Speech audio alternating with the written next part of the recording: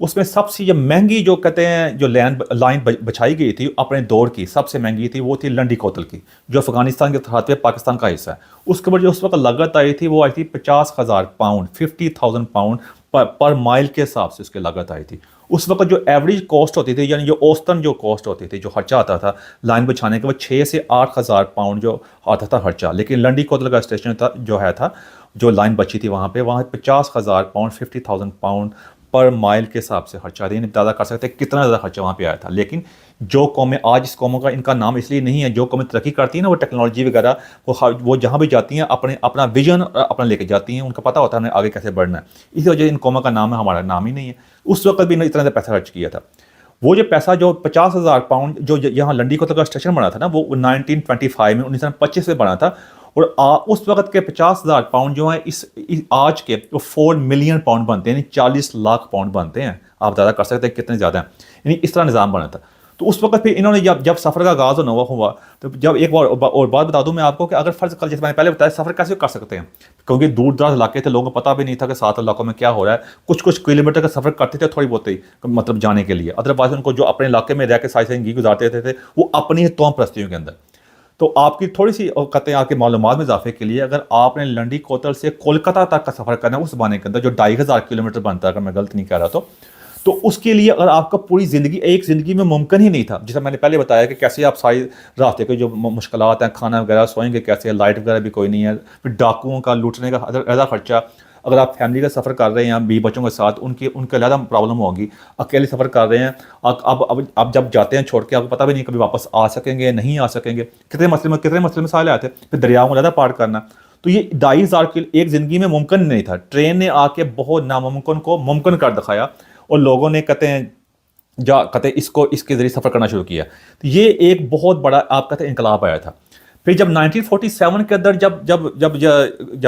دوسری جنگ عظیم کے بعد یہاں یہ جو برطانوی سلطنت تھی یہ کمزور وغیرہ ہوئی، انہیں فیصلہ کیا آزادی دینے کا، وہ جان چھڑانے کی کوشش کی تھی، بتائیں آپ چیک کریں جا کے، انہوں نے کہا جان چھڑاؤ، یہ علاقہ ایسا ہی ہے۔ تو اس وقت جو پاکستان کی جو پورے پاکستان کے اندر جو ٹرین لائن ہوتی تھی، ان کی جو کہتے ہیں جو لمبائی تھی، آپ کہہ سکتے ہیں جو فاصلہ جو ہوتا تھا، جتنی لائنیں بیچی تھی، وہ تقریباً آپ کہتے ہیں 8,500 سے تھوڑی اوپر مائل کی تھی، اور آج جو ہوا وہی جو لائنیں جو ہیں نا وہ 7 سے تھوڑی اوپر ہو چکی ہوئی ہیں، لیکن دنیا آگے ترقی کرتی ہے، ہم پیچھے کی طرف آئے ہیں۔ یہ لائنیں جو ٹوٹل ہے ان کی جو لمبائی تھی وہ کم ہوگی، بڑی نہیں ہے، یعنی ہم نے کوئی اضافہ نہیں کیا۔ آپ ٹرینوں کی حالت چیک کر سکتے ہیں، آپ آن لائن کافی ویڈیو موجود ہے پاکستان کے اندر، کہتے ہیں ٹرینوں کا برا حال ہوا ہے، یعنی بہت ہی برا حال ہے۔ اور جو لنڈی کوتل کا اسٹیشن جو میں نے بتایا، جو دنیا کا سب سے مہنگا ٹرین کا ریل اسٹیشن، یہ جو لائن بچی تھی وہ بند ہو گئی ہوئی ہے، وہ 2007 میں بند ہو گئی تھی، یہ بھی آزاد ہمیں جاتا ہے۔ یعنی کتنے افسوس کی بات ہے کہ ہم نے آگے بڑھانے کے بجائے جو پہلے جو بنا گئے تھے، جن کو ہم انہیں لوگوں کو کہتے ہیں کہ یہ دوزخ میں جائیں گے، یہ کافر ہیں، ہم یہ اس طرح باتیں ہم کر رہے ہوتے ہیں، یہ تو ہمارے ایک روزمرہ کی بات ہے نا، تو ان کو کہہ رہے ہوتے ہیں، انہوں نے بنایا بھی تھا، اور آج دیکھ لیں ہم نے بند کر دیا، یعنی اس مقام پہ ہم پہنچ گئے ہوئے ہیں۔ اب اس کے بعد جب یہاں پہ ٹرین کا سیکشن، جب ایک اور بات آپ کی معلومات کے لیے آپ کو کہتے ہیں بتانے کے لیے جب بتاؤں گا، جب میں نے پہلے بات کی مذہبی انتہا پسندی وہ اور تنگ نظری، وہ سب کچھ، وہ کیوں، وہ اس کی بھی ایک مثال، ایک روشن مثال آپ کے سامنے پیش کروں گا کہ جب یہاں پہلی دفعہ ٹرین کا اسٹیشن آیا تھا جو کالے رنگ کا تھا، وہ دھواں بڑا چھوڑتا تھا، تو لوکل لوگوں نے پہلی دفعہ دیکھا تھا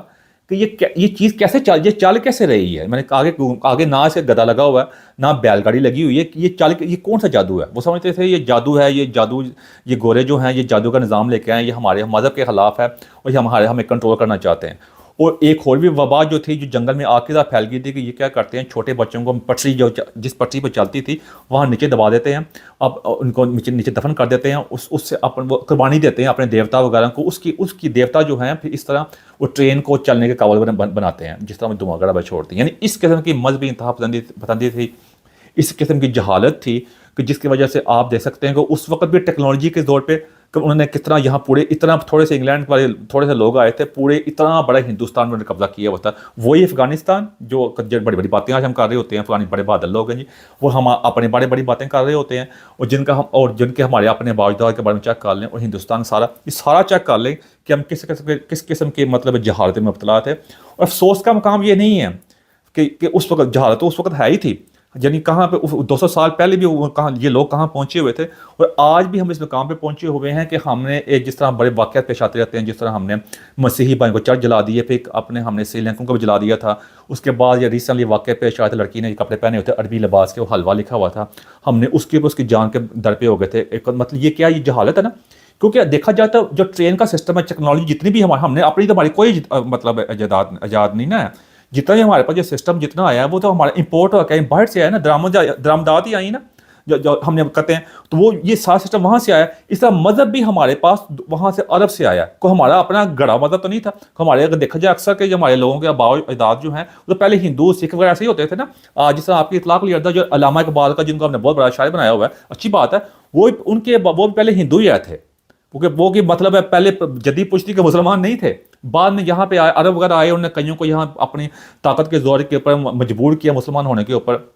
اور یہاں کے لوکل بھی اپنے کئی مسئلے مسائل آئے تھے۔ وہ جو لوگ جو مسلمان بھی ہوئے جہاں پہ جو مطلب چھوٹی ذات والے وغیرہ ہے نا، تو وہ اپنے آپ کو پھر عرب کے مطابق بنانے کے لیے اس نے جتنا مطلب ہوتا ہے شاہ سے زیادہ شاہ کی وفاداری، وہ اسلام کے اندر بھی انہوں نے اپنے آپ کا مذہب میں بھی اپنے آپ کو اس انتہا پسندی کے اندر نا اپنے آپ کو زیادہ بڑھانے کی کوشش کی کہ جتنا ہم زیادہ کریں گے اتنا ہم اپنے آپ کو ان کے قریب جائیں گے۔ اپنے آپ کو بھی ہر بندہ، آپ کو پتہ ہی ہے آج کل دور میں ہر بندہ اپنے آپ کو کوئی عربوں سے ملا رہا ہے، کوئی ایرانیوں سے ملا رہا ہے، لیکن اپنے آپ کو کوئی بندہ بھی یہاں کہنا نہیں چاہتا، شرم محسوس کرتے ہیں وہ اپنے آپ کو۔ وہ دوسرے جو عرب میں جتنی ہماری عزت ہے آپ کو پتہ ہی ہے، میں اس پہ اس ویڈیو کے بارے میں نہیں اور بتانے کی کوشش کر رہا ہوں کہ آج کے کیا وجہ اس چیز کی کہ وہ بھی ہماری اتنی عزت نہیں کرتے۔ عزت کیوں نہیں کرتے کہ جس طرح ہماری حرکتیں ہیں۔ اب یہی وجہ اس وقت بھی چیک کر لیں، جیسے میں اب بات پھر اس سے آ رہی، جب میں نے اب تھوڑی تاریخ بتائی ہے، میں بتانے کی کوشش کریں کہ اس وقت بھی ہماری کوئی عزت نہیں تھی، کیونکہ ہمارے جو زبردستی مسلمان ہو رہے تھے وہ کیا ان کی کوشش یہی ہے تھی کہ ہم اپنے آپ کو زیادہ سے زیادہ وفادار شو کریں۔ وہ زیادہ وفاداری کس طرح شو کریں کہ اپنے آپ کو زیادہ اسلامی شو کریں، وہ کیونکہ یہاں کا لوکل کلچر بھی تھا، اس کو اسلام میں مکس کر کے ایسی ایسی چیزیں گڑی گئی، جس طرح یہ کافر کا لفظ جو ہے اس کو گڑا گیا۔ حالانکہ میں نے پہلے بھی اس بارے ویڈیو موجود ہے، میں نے بتا چکا ہوں کہ کافر کا جو لفظ جو ہے یہ اس وقت یہ اسلام سے پہلے عرب کے اندر آیا تھا۔ جو وہاں کسان جو ہے تھے وہاں پہ بیج جو بوتے ہوتے تھے زمین کے اندر، اس کو مٹی سے کور کر دیتے تھے، تو اس کے لیے کافر کا لفظ استعمال ہوتا تھا کہ جس طرح سچ کو چھپا دینا، کسی چیز کو چھپا دینا، اس کے لیے کفارہ کا لفظ استعمال ہوا، کفر کا لفظ اس کے لیے بعد میں کافر کا لفظ استعمال کیا گیا۔ اس کے بعد جو عرب کے شاعر بھی جو ہے تھے وہ تاریک راتوں کو، ڈارک نائٹس کو وہ کافر کے طور پر استعمال کرتے ہیں، جس میں سب چیز چھپ جاتی ہے۔ اس طرح بعد میں بھی یہ لفظ بہت زیادہ بڑے صغیر پاک و ہند میں ہمارے علاقوں میں بہت پھیل گیا، جس کی وجہ سے آج آپ چیک کر لیں، حالانکہ انڈونیشیا کی وہ اسلامی تنظیم ہے، آرگنائزیشن ہے، جو دنیا کی سب سے بڑی اسلامی آرگنائزیشن ہے، کیونکہ وہاں پہ جو کہتے ہیں انڈونیشیا کے اندر سب سے زیادہ مسلمان موجود ہیں۔ انہیں اس چیز سے سختی سے منع کیا ہے کہ کافر کا لفظ استعمال نہیں کرنا چاہیے، دوسروں کی دل آزاری ہوتی ہے۔ دیکھیں اب بات نہیں آتے، آپ دیکھ لیں آپ کے سامنے اس طرح جیسا میں نے پہلے کہا کہ 1947 جب آزادی کتنی ہماری ٹرین لائن جو تھی کتنی لمبی تھی، وہ آگے سے سکڑ کے کم ہو گئی ہیں اور برا حال ہو چکا ہوا ہے۔ اس کے مقابلے میں دیکھیں باقی ملکوں نے، اب افغانستان میں ویسے ہی جو حال افغانستان کا حال ہے آپ کے سامنے ہی ہے، اپنے ملک میں آپ نے بتا دیا، ہندوستان نے اس کے مقابلے پہلے ہندوستان اس طرح کا ہی آیا تھا، انڈیا جو ہے جو علیحدہ ہو گیا، لیکن انہوں نے اس معاملے میں ٹرین میں کافی ترقی کی، وہاں پہ کافی آج دنیا میں آپ دیکھ سکتے ہیں ان کا نام ہے، ان کا ہمارے مسلمان ممالک کے اندر بھی ہے، باہر کے ملک کے اندر ہی۔ اب یہ نہیں کہ ہم مسئلے مسائل نہیں، جس میں بار بار کہتا ہے اس کو لوگ کہتے ہیں یہ تعریف کرتے ہیں ان کی، بھائی دنیا میں ہر جگہ مسئلے مسائل ہوتے ہیں، آپ کی ڈائریکشن ٹھیک ہونی چاہیے۔ ہمارا مسئلہ ہماری ڈائریکشن ہی کوئی نہیں ہے، ہم پتہ ہی کوئی نہیں، ہم بس ایم بات گھومی پھری جا رہے ہیں اس چکر کے اندر۔ اب انڈیا کے دیکھ رہے ہیں ٹرین کے اندر انہوں نے اپنی ٹرین کے ریولیوشن کے انقلاب لے کے آہستہ ترقی کر رہے ہیں، انہوں نے کہاں سے کہا سارا نظام ان کا ٹرین کے اوپر کھڑا ہوا کتنا زبردست بنایا، ٹیکنالوجی میں آگے جا رہے ہیں، مسئلے مسائل اپنی جگہ پہ ہیں، لیکن جس طرح ہم باقی چیزوں کے اندر ہم نے کچھ چیز حاصل نہیں کی، اس چیز کے اندر بھی ہم نے کچھ بھی حاصل نہیں کر سکے۔ پہلے بھی کتنا زیادہ مذہبی طور پہ، حالانکہ یہ مذہب جو ہے ہمارے پہ امپورٹ ہو کے آیا ہوا ہے، اس رادر دن کہ ہم اس کو اچھی چیزیں سیکھتے ہیں، ہم نے اس کو بھی اپنی جہالت کا رنگ دے کے، آپ کہہ سکتے منافق کا رنگ دے، اس کے اندر اس کے مذہب کی بھی اتنی بگاڑ پیدا کر دی ہے کہ آج ہم ایسا مسلمان، ایسا انسان جو ہے دنیا کے لیے ایک خطرہ بن چکے ہیں، شرم کے مقام آ چکا ہے۔ اسی وجہ سے آج ہمارے پاسپورٹ کی ویلیو چیک کر لیں، کوئی ملک ہمارے بڑے مسلمان ممالک کے اندر، ہمارے عرب کے اندر ہماری عزت نہیں ہے، ہمیں کوئی ویزا دینے کے لیے تیار نہیں ہے، بلکہ ہمارے ویزے کم ہو رہے ہیں۔ میری یہ پریڈکشن ہے کہ بہت جلد ہمارے ویزے بالکل بند کر دیے جائیں گے، اور باہر کے ملکوں میں بھی کوئی ہمیں ویزا دینے کے لیے تیار نہیں ہے، کیونکہ پتہ وہاں جا کے پہلے تو ویزا لینے کے لیے جن کو کافر کہہ رہے ہوتے ہیں، اور یہ بات ڈفرنٹ ڈائریکشن طرف جا رہی ہے۔ لیکن میرا کہنے کا مقصد یہ ہے کہ وہ میں کو تاریخ پہلے بتائی تھی نا، اب میں بتانے کی کوشش کر رہا ہوں کہ اتنا 200 سال تک ہونے والے ہیں، آج ہم کہاں کھڑے ہیں کہ یہ آپ کو وہ بتانے کی کوشش کر رہا ہوں کہ آج ہمارا کیا حال ہو چکا ہوا کہ ہم کو ویزا دینے تیار نہیں ہے، کیونکہ وجہ یہ ہے کہ ہم وہاں جا کر جو حرکتیں کرتے ہیں، جب ویزا مل جاتا ہے وہاں جا کے ہم پہلے تو سالم لے کے یا ڈنکیاں لگا وہاں پہنچتے ہیں، بعد میں جب کچھ چیز مل جاتی ہے ہم اپنے سے بہت زیادہ مسلمان بننے کی کوشش کرتے ہیں، اور وہاں کے لوکل لوگوں کو جن کا اپنا کلچر ہے، اپنی ثقافت ہے، ان کی اپنا رہن سہن ہے، ان پہ اپنی خیالات تھوپنے کی کوشش کرتے ہیں، ان کو برا بھلا کہتے ہیں، جس کی وجہ وہ تنگ آ چکے ہوئے ہیں۔ اور دنیا میں ویسے جو ملک ہمارے ملک میں ہو رہا ہے اسلام کے نام کے اوپر، وہ کہتے ہیں جو ہم انتہا پسندی کا شکار ہیں، کیا ان کو نہیں پتا، وہ ہم دیکھ نہیں رہے؟ تو یہ ساری اب بتانے کی کوشش ہے کہ ٹیکنالوجی کے بغیر آپ دیکھ لیں کہ آج ٹیکنالوجی کہاں سے کہاں پہنچ گئی ہوئی ہے، کہ مطلب الیکٹرک گاڑیاں آ چکی ہیں، سوشل میڈیا چیک کر لیں آپ، کہ آپ تصور کر سکتے ہیں کہ آپ ویڈیو میں بیٹھ کے فری میں اب کتنی بڑی ٹیکنالوجی کی سائنس کی آپ کے سامنے آپ کو سہولت ہے کہ آپ بیٹھ کے یہاں اپنے بیٹھ کے آپ خانہ کعبہ کو دیکھ سکتے ہیں، کوئی بندہ باہر کے ملک میں گیا ہوا ہے اپنے گھر والوں سے ویڈیو میں بات کر سکتا ہے، مطلب یہ کتنی بڑی ٹیکنالوجی ہے۔ لیکن جب کوئی قوم جہالت میں گڑ جاتی ہے، مذہبی انتہا پسندی میں گڑ جاتی ہے، وہ آگے نہیں بڑھ سکتی، اور یہی وجہ ہے کہ آج ہم آگے نہیں بڑھ سکتے، اتنا کچھ ہونے کے باوجود ہے ہم یہاں اس ٹیکنالوجی سے، سائنس سے، جس سے بہت میڈیسن بھی بنی، جس سے ہمیں کافی فائدہ بھی ہوا، لیکن ہم ڈینائل کا شکار ہیں۔ ہم اپنے آپ کو زیادہ مذہبی بنانے کے چکر میں ہے کہ ہم بہت ہی آگے بڑھ جائیں۔ وجہ کیا ہے؟ کیونکہ اگر یہی مذہب جو آیا ہوا عربوں سے، اگر یہی مذہب عربوں سے علاوہ کسی اور جگہ سے آیا تو وہ علاقہ غریب ہوتا، کوئی بڑا حال نہ ہوتا، تو ہم نے یہ مذہب، ہمارے لوگوں نے یہ مذہب بڑی دیر کا چھوڑ دیا ہونا تھا۔ یہ حقیقت کو ہم منافق لوگ ہیں نا، ہم اپنے آپ کو، کیونکہ عرب سے آیا، عربوں کا ان کی ہسٹری ہے، ان کا مقام، انہیں دنیا میں کام، ان کی ایک بڑی رچ ہسٹری ہے، بشک ٹھیک ہے اتار چڑھا وہاں پہ آیا، صحابہ کرام کو چیک کر لیں اور باقی چیک کر لیں، انہوں نے دنیا میں جو نام بنایا، سب کچھ کیا، ہم کیونکہ وہ ان کا نام آج وہ دنیا میں کافی لحاظ سے ٹیکنالوجی میں آگے جا رہے ہیں، تو ہمیں ان کے ساتھ اپنے آپ کو ایسوسیٹ کرنے میں نا فخر محسوس کرنے کی کوشش کرتے ہیں، حالانکہ ہمارے ٹکے کی ویلیو نہیں ہے۔ یہی ساری وجہ ہے، اسی وجہ سے ہم نہ ادھر کے رہے ہیں نہ ادھر کے رہے ہیں، ہم اپنے جس طرح دیکھا جائے انڈیا کو ہم پر دشمن کہہ رہے ہوتے ہیں کہ یہ ہمارا دشمن ہے، یہ کافر ہے، بت پوجا کر رہے ہوتے ہیں، اور اسی چائنا کو جو نہ کسی اللہ کو مانتے ہیں نہ کسی رسول کا مانتے ہیں، ان کے بارے میں ایک لفظ نہیں کہتے ڈر کے مارے، کیا اچھا ان کو کافر نہیں کہیں گے ہم۔ اب یہی سب سے بڑی پرابلم ہے۔ پھر دوسرے جن ممالک کو ہم کافر کہتے ہیں، جو دوزخ میں جانا ہے، انہیں ممالک میں جانے کے لیے ہم ابھی سر تن دن کی بات کرتے ہیں، بازی لگا دیں گے، سب کچھ بیچ کے وہاں پہنچے ہم۔